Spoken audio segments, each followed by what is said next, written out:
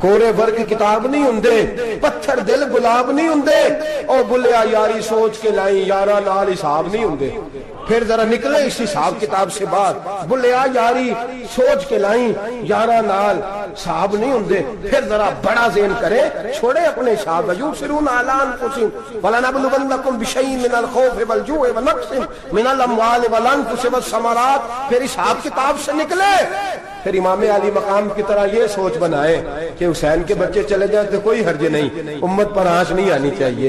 ایک امام علی مقام، کل تک امام میدان میں کھڑے تھے تو اکیلے تھے، لیکن آج پوری دنیا کہتی ہے حسین ہمارا ہے، حسین ہمارا ہے۔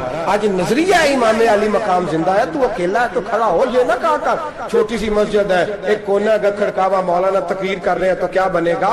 ایک آواز کہیں سے گونجا کرتی ہے، پھر اس میں تاثیر میرا اللہ پیدا فرما دیا کرتا ہے، پھر اس کے اندر قوت میرا رب پیدا فرما دیا کرتا ہے، پھر اللہ اس میں تاثیر پیدا کر کے چار دانگ عالم میں پھیلا دیا کرتا ہے۔ صلاح الدین ایوبی، مسلمانوں پہ ظلم ہوا، فلسطین میں آگ لگی اور پورے فلسطین کی گلیاں خون سے بھر گئیں۔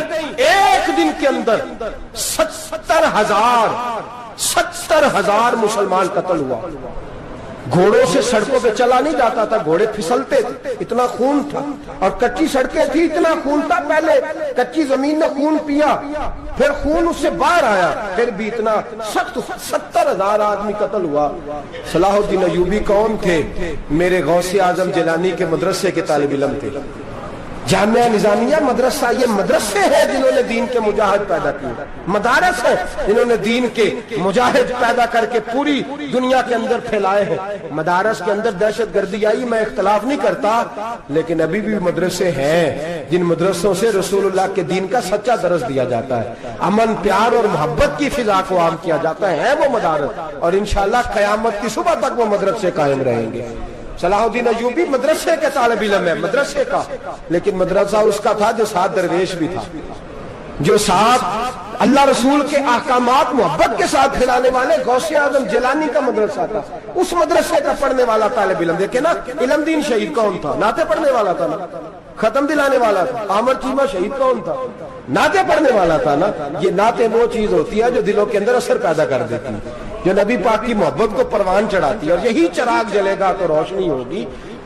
صلاح الدین ایوبی اکیلا اپنے دوستوں سے کہنے لگا مسلمانوں کی مدد چند سالوں میں نکلو مدد کریں۔ انہوں نے کہا تیرے نکلنے سے کیا ہوگا؟ کہنے لگا میں نے نہیں نکلنا، میرے اللہ نے میری مدد کرنی ہے، میرے اللہ نے میری اٹھ باندھ کمر کیا ڈرتا ہے، پھر دیکھ خدا کیا کرتا ہے۔ فرمایا مجھے نکلنے دے، اللہ میری مدد کرے گا۔ تھوڑا تھوڑا کر کے فوج جمع کی، کوشش کی۔ چند سالوں کے بعد اسی جگہ جہاں مسلمانوں کا خون بہا تھا، اللہ نے اسلام کا جھنڈا پھر سے بلند کر دیا۔ صلاح الدین ایوبی فاتح بن کے مسجد اقصیٰ کے دروازے پہ کھڑا ہے۔ چند سال گزرے، عیسائیوں کا پورا وہ ظلم ابھی یاد ہے، اور عیسائی سارے لیڈر کہتے ہیں تیاری کر لو، اب ہمارے بچے کاٹے جائیں گے، عورتیں بیوہ ہوں گی، گردنیں کٹیں گی، اب دیکھنا جتنا خون ہم نے بہایا تھا مسلمان اس سے دگنا بہائیں گے۔ صلاح الدین ایوبی گھوڑے پہ کھڑے ہیں اور پوچھتے ہیں او عیسائیوں بتاؤ تمہارے ساتھ کیا کروں؟ گردنیں جھک گئیں، جواب کوئی بھی نہیں۔ کہا تم نے 70,000 مسلمان ایک دن میں مارا تھا، بولو تمہارے ساتھ کیا کروں؟ تم نے ایک دن میں مسلمان یوں کاٹے جیسے گاجر مولی کاٹی جاتی ہے، بولو کیا کروں؟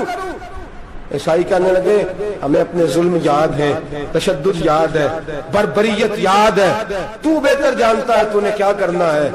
صلاح الدین ایوبی گھوڑے پہ فاتح کھڑا ہے، آنکھوں میں آنسو آئے، تڑپ کے رویا، کہنے لگا میں تمہارے ساتھ وہی سلوک کروں گا جو میرے مصطفیٰ نے قریش مکہ کے ساتھ فرمایا تھا، لا تصریب علیک، جاؤ تم پر کوئی زیادتی، جاؤ تم آزاد ہو۔ اس نے کہا تو کر کیا رہا ہے؟ کہنے لگا میں کیا کروں، میں اس محمد کا ماننے والا ہوں جس نے معاف کرنا سکھایا ہے صلی اللہ علیہ وسلم، میرے پیروں میں زنجیر ہے رسول اللہ کی غلامی کی، جاؤ تم آزاد ہو۔